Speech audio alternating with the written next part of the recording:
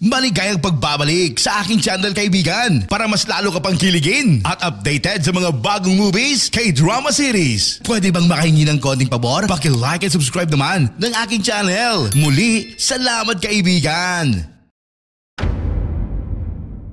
Nagsimula ang palabas sa isang magandang babae sa edad na 30s na si Seo Ji-won. Siya ay sikat sa pagsulat ng webtoon. Sa kabila ng pagkamit ng kanyang mga pangarap, si Ji-won ay hindi pa nakakahanap ng makakasama.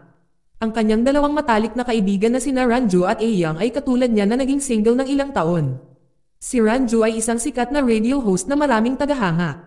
Habang si Ayoung ay nagmamay-ari ng isang magarbong cafe na minamahal ng mga mayayaman. Madalas silang nagkikita para pag-usapan ang tungkol sa kanilang buhay pag-ibig na hanggang ngayon ay hindi matagumpay. Sa katunayan ay mapili si Ranju at gusto ng mayamang lalaki. Habang si Ayoung ay mas pinahahalagahan ang kaligayahan kaysa sa pera. At para kay Ji-won hindi niya gusto ang mga lalaking naninigarilyo.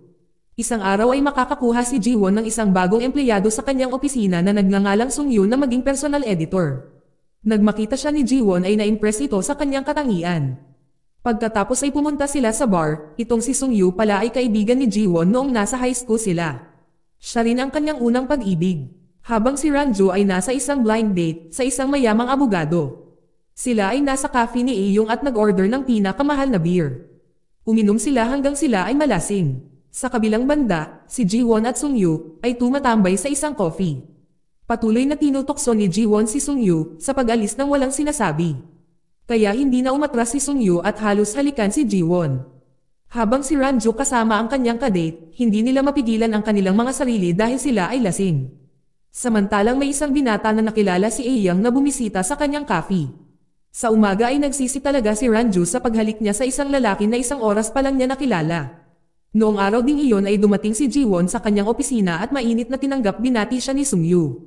Ngunit hindi komportable si Ji-won dahil ayaw niyang malaman ng kanyang mga kasamahan na malapit siya sa kanyang mga nasasakupan dahil sa kanyang posisyon bilang isang direktor.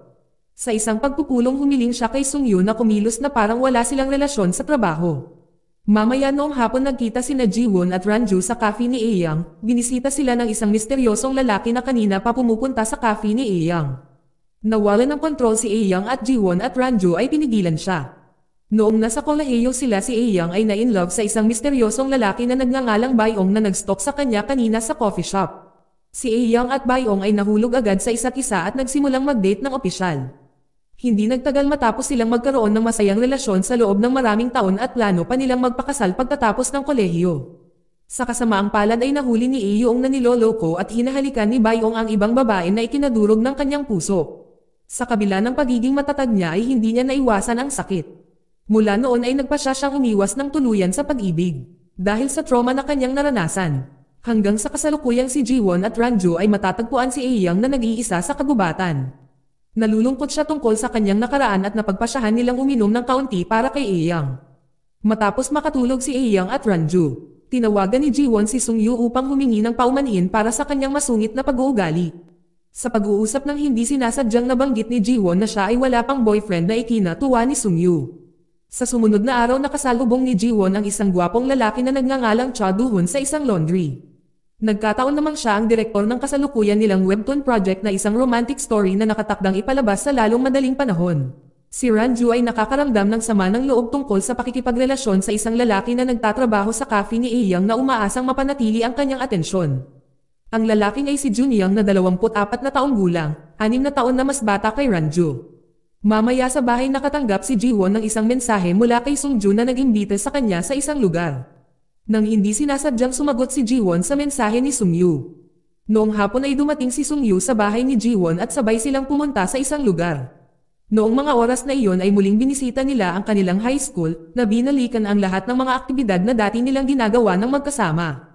Mula sa pagpasok sa paaralan na magkasamang naglalakad hanggang sa pag-aaral ng magkatabi ang saya-saya nila. Sabay na nagtawanan hanggang sa hindi inaasahang sinuri ng isang security guard ng paaralan ang bawat silid, buti na lang nakapagtago sila at nakaiwas na mahuli. Pagkatapos ng kanilang school tour, naupo sila para mag-inuman. Si Sung-yu ay nagsimulang magbahagi ng kwento tungkol sa oras na inakala ni Ji-won na tinanggihan niya ang kanyang pag-ibig. Sa katotohanan hindi sinaktan ni Sung-yu si Ji-won at mayroon lang hindi pagkakaunawaan. Si Ji-won ay nagulat sa mga paliwanag ni Sung-yu. Pagkatapos ay inosenteng inimbitahan niya si Sung Yu na magpalipas ng gabi sa kanya.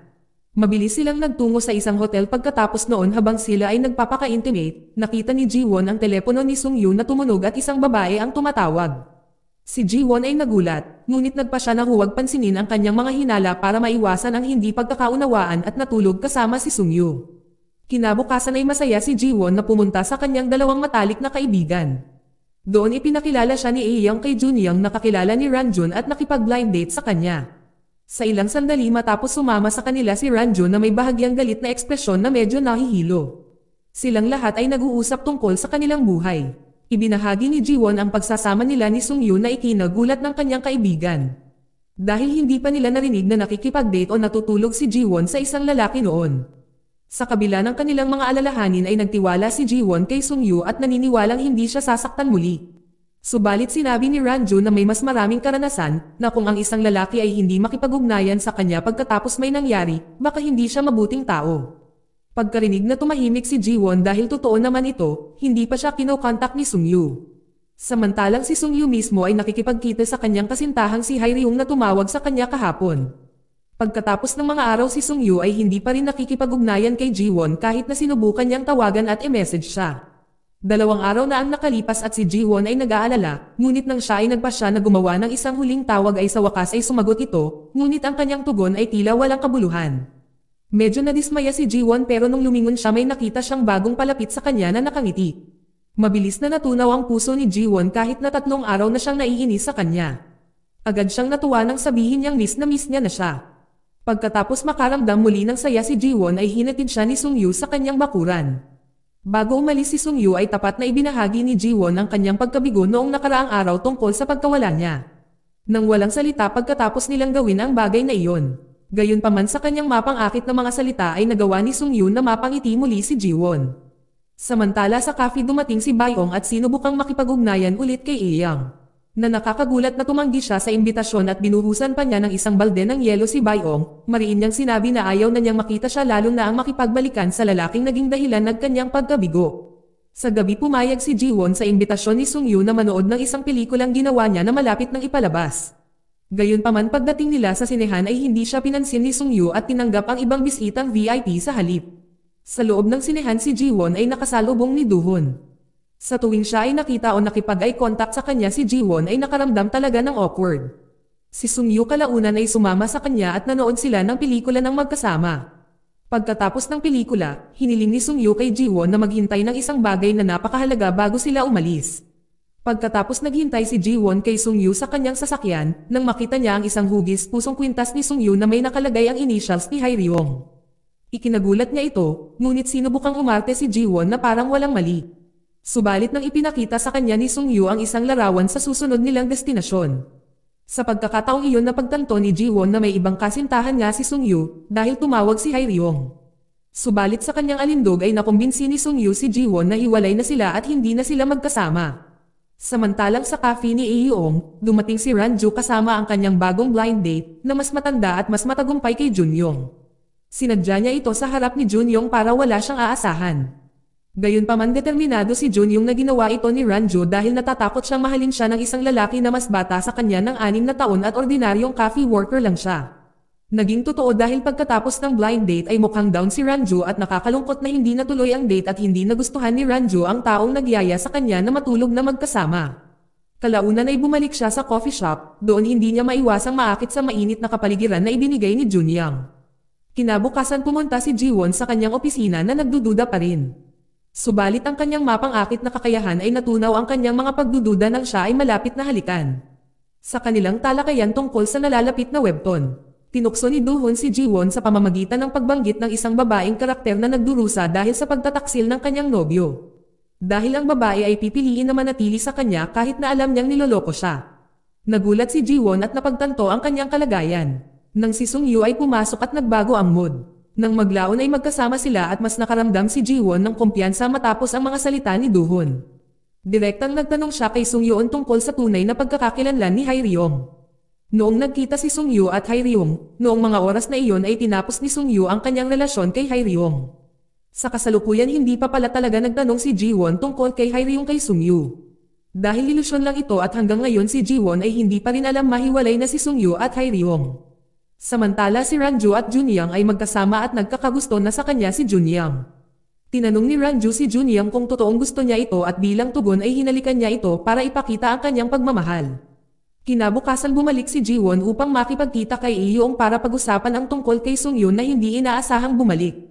Subalit habang ibinubuhos niya ang kanyang nararamdaman ay may dumating na misteryosong tao at ito ay si Haeryong. Flashback ng tawagan ni Jiwon si Sungyoon at sabihin na wala siyang boyfriend. Sa tawag na iyon andon din si Haeryong na narinig ang sinabi ni Jiwon. Dahil sa pangyayari naghanap na siya ng impormasyon tungkol kay Jiwon at kalaunan ay natunton siya sa coffee shop. Noong mga oras na iyon ay tinanong ni Haeryong si Jiwon tungkol sa relasyon nila ni Sungyu at sinagot ni Jiwon na isa lamang silang manunulat at editor. Nang marinig ito ni Haeryong sinabi niya na nakikipag-date na siya kay Sungyu sa loob ng higit sa 1 taon at matibay na sinabi na hindi siya makikipaghiwalay sa kanya. Sinabi ni Haeryong kay Jiwon na makipaghiwalay kay Sungyu. Idinagdag niya na binago ni Sungyu ang kanyang numero ng telepono at makikipag-ugnayan kay Jiwon. Sa kabilang banda ay hindi napigilan ni Sungyu ang pag-iisip na tanggihan ni Jiwon ang kanyang imbitasyon na lumabas. Lumalabas na si Sungyu ngayon ay tunay na umiibig kay Jiwon at hindi lamang naglalaro. Kinagabihan sa wakas ay ipinagtapat ni Jiwon kay Aeyang ang kanyang sitwasyon tungkol sa kanyang pag-ibig. Nagtanong si Aeyang kung ano na ang susunod na gagawin ni Jiwon. Sinabi niya na tatapusin na niya ang pakikipagrelasyon kay Sungyu. Umuwi si Jiwon na nalungkot sa kanyang sorpresa na naghihintay si Sungyu sa kanya sa bakuran. Nang makita siyang dumarating, ginamit ni Sungyu ang kanyang alindog at hinalikan siya. Noong gabing iyon, nahirapan si Jiwon na mag-focus sa trabaho dahil nahihirapan siya kung mananatili o makipaghiwalay kay Sungyu. Kaya nagpasya siyang maglaba para mawala sa isip niya si Sungyu at si Haeryong. Sa laundry ay hindi inaasahang nakita niya si Dohon. Noong mga oras na iyon si Dohon na alam ang problema ni Jiwon kay Sungyu, sinabihan niya na huwag ihalo ang kanyang personal na buhay sa trabaho. Gayunpaman si Jiwon na hindi naging mabait sa kanyang payo, na nagsasabi na siya ay hindi nangliligaw kay Sungyu at hiniling sa kanya na huwag nang makialam sa kanyang mga gawain. Pagkatapos ay umalis si Jiwon, subalit sa labas ay pinigilan siya ni Dohon upang ibalik ang mga damit na kanyang naiwan. Bago humiwalay ay isiniwalat niya na mayroon din siyang hindi nagugustuhan pero namimiss at mahal pa rin niya ang taong iyon. Sa gabing iyon sa bahay si Dohon ay nakatanggap ng mensahe mula kay Jiwon na humihingi ng paumanhin para sa kanyang pag-uugali kanina. Kinabukasan nagalit si Ranju nang makaharap siya sa isang artikulo na nagsasaad na ang channel ng radyo na madalas niyang pinakikinggan ay hihinto na. Na nangangahulugang mawawalan siya ng trabaho doon. Ang balitang ito ay nagdulot sa kanya ng pagkabalisa at labis na kalungkutan. Gayunpaman sa kanyang sandali ng kalungkutan ay naalala niya ang mga nakapagpapatibay na salita ni Junyang dahil dito muling nagpatuloy siya sa pag-host ng kanyang huling broadcast. Pagkatapos ng mahabang araw ng trabaho ay nagulat si Ranju nang makitang naghihintay si Junyong sa parking lot. Sa kabila ng masayang kilos ni Junyong ay hindi ngumiti si Ranju at sa halip ay niyaya niya itong dumiretso pauwi. Sa daan ay malungkot pa rin siya at iniisip ang kanyang kapalaran bilang isang taong walang trabaho. Gayunpaman dinala siya ni Junyong sa isang car wash, hindi para pasiglahin ang kanyang loob kundi para bigyan siya ng ligtas na espasyo para ilabas ang kanyang emosyon at umiyak na hinahayaan siyang bitawan ang mga pasanin na kanyang dinadala. Sa susunod na araw na nagkita ulit si Jiwon at Aeyang sa kanyang cafe, noong mga oras na iyon ay nag-uusap sila saglit at nagtanong siya tungkol sa nobyo ni Jiwon. Noong mga oras na iyon ay pinayuhan ni Aeyang si Jiwon na magdesisyon tungkol sa kanyang relasyon sa kanyang nobyo bago pa maging masyadong komplikado ang mga pangyayari. Habang nagbabasa ng webtoon si Dohon na ginawa ni Jiwon, napansin niya na ang kwento at mga karakter ng webtoon ay katulad ng sitwasyon sa totoong buhay ni Jiwon. Si Dohon nakipagkita kay Jiwon at nagtanong tungkol sa susunod na kabanata ng kanyang webtoon na iniisip kung ang mga karakter ay muling magsasama-sama. Hindi alam ni Jiwon kung paano tumugon dito. Kinagabihan ay tinanggal si Sungyu sa kanyang proyekto dahil hiniling ni Jiwon sa kanyang kumpanya na tanggalin siya bilang editor ng kanyang webtoon. Sa pag-uwi sinabi ni Dohon kay Jiwon na makipagtulungan sa kanyang ginagawang webtoon. Bago natanggal si Sungyu sa trabaho nagmadali siyang makipagkita kay Jiwon. Nang dumating siya sa parking lot nakita niya si Haeryong na nagsabi sa kanya na hindi na siya tatanggapin ni Jiwon. Sinabi ni Sungyu na wala na dapat silang pag-usapan ni Haeryong dahil sa mahal na niya si Jiwon. Sa kasalukuyan si Sungyu ay nasa bahay ni Jiwon, nagtataka siya kung bakit hindi siya tinawagan nito nung nakita niya kasama niya si Haeryong. Imbes na sumagot si Jiwon ay nagtanong kay Sungyu nung nag-break siya kay Haeryong. Doon umamin si Sungyu na nakipag-break siya kay Haeryong at nakipag-date kay Jiwon. Nang marinig ito nadismaya si Jiwon at pinaalis at tinapos ang kanilang relasyon. Sa sumunod na araw na nakaupo si Sungyu mag-isa nang nilapitan siya ni Do-hun para magtanong tungkol sa pagtanggol sa kanya ni Ji-won. Bago pa makasagot si Sungyu ay sumama sa kanila si Ji-won at napag-usapan ang movie collaboration nila. Doon sabi ni Do-hun na i-revise niya ang script kasama si Ji-won at nagseselos si Sungyu. Sa oras na ito, inimbitahan silang kumain, magkasama at pumunta sa isang restaurant. Pagkatapos nilang kumain umuulan ng malakas, walang payong si Ji-won kaya nag-alok si Sungyu na sumabay na sila pauwi. Pero biglang sumulpot si Hae-ryung at sinabing boyfriend niya si Sungyu. Dahil sa ulan na pagdesisyonan nilang lahat bumalik sa restaurant. Sa mga oras na ito sinadyang subukan ni Hae-ryung na pagselusan si Ji-won sa pamamagitan ng pagkukwento tungkol sa nakaraan nilang pag-iibigan. Kaya naman hindi mapakali si Ji-won dahil hindi itinanggi ni Sungyu ang mga salita ni Hae-ryung at tila inaalagaan pa rin siya nito. Nang tuluyang huminto ang ulan, si Ji-won na gustong-gusto ang pag-uwi ay pinigilan siya ni Sungyu na gustong ipaliwanag ang hindi pagkakaunawaan. Ngunit hindi siya pinansin ni Ji-won na nasasaktan at tinawag pa siyang heartbreaker. Sa kanyang pag-uwi nilapitan ni Do-hun si Ji-won at dinala siya sa kung saan. Samantala sa radio studio si Ranju ay matagumpay na natapos ang kanyang huling recording na may pampatibay loob mula kay Junyoung. Pag-uwi niya hinihintay siya ni Junyoung at masiglang binati siya. Sa kabilang banda ngayon si Ji-won ay nasa bahay nila Do-hun nanonood ng kung ano-ano na parang sinusubukan ni Do-hun na makuha ang puso ni Ji-won. Pagkatapos nilang manood, hinatid niya ito pauwi. Dito pinayuhan niya si Ji-won na mag-move on at mag-focus sa kanilang proyekto. Kinabukasan si Do-hun naglakad ulit kasama si Ji-won para masigurado na naka-move on na siya kay Sungyu, nang biglang may tumawag na empleyado nila na may bad news tungkol sa trending ni Ji-won sa internet. Ang balitang may kinalaman si Ji-won sa subordinate niya at binansagan siya bilang isang taong nagnakaw ng kasintahan ng ibang tao. Sinisira nito ang kanyang reputasyon bilang isang sikat na manunulat ng webtoon na binuo niya sa loob ng maraming taon. Lumalabas na isinulat ni Hae-ryung ang masamang balitang ito sa pag-aakalang si Ji-won ang naging sanhi ng pakikipaghiwalay ni Sungyu sa kanya. Ang balitang ito ay humahantong sa film and webtoon production companies na i-boycott ang trabaho ni Ji-won. Sa mga oras na iyon sinusubukan ni Do-hun na kumbensihin ang production company pero nabigo ang kanyang mga pagsisikap. Samantala si Ae-young at Ranju ay naiinis kay Hae-ryung sa pagsira sa pangalan ni Ji-won. Sa kabilang banda kasama na ngayon ni Hae-ryung si Sungyu, na galit sa kanya. Ngayon si Ji-won ay sobrang lungkot at hindi siya nakahanap ng comfort sa mga taong sumubok tumulong sa kanya.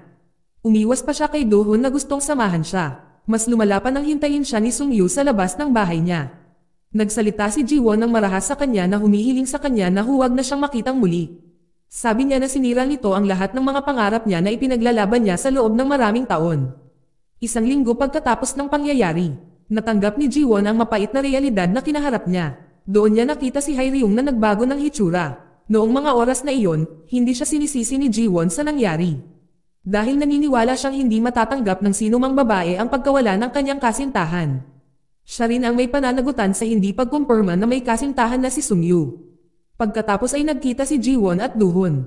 Sinabi ni Do-hun na matutuwa si Ji-won sa kanyang mga nakaraang kabiguan. Upang makamit ang kanyang mga pangarap. Kahit na ibinigay kay Ji-won ang unang edisyon ng comics na kanyang isinulat, na ikinagalak niya. Pagkatapos na makita ni Ji-won si Do-hun na kaya niyang lagpasan ang kanyang mga mahihirap na oras. Ginugugol niya ngayon ang kanyang mga araw sa kasiyahan kasama ang kanyang dalawang pinakamahusay na kaibigan. Sa kabilang banda si Sungyu na kasalukuyang walang trabaho ay natutuwa nang marinig na si Ji-won ay malapit nang ilabas ang kanyang bagong webtoon kung paano maging 30. Na pinaghirapan niya kasama si Do-hun. Pagkatapos ng isang buwan ang How to be 30 ay naging napakapopular. Upang ipagdiwang ang tagumpay ni Ji-won, siya at ang kanyang mga kaibigan ay nagkaroon muli ng isang masayang sesyon ng inuman. Ngunit bago sila magsimula si Do-hun na ngayon ay opisyal na kasintahan ni Ji-won ay dumating. Dito nagtatapos ang palabas. Salamat sa panonood kaibigan.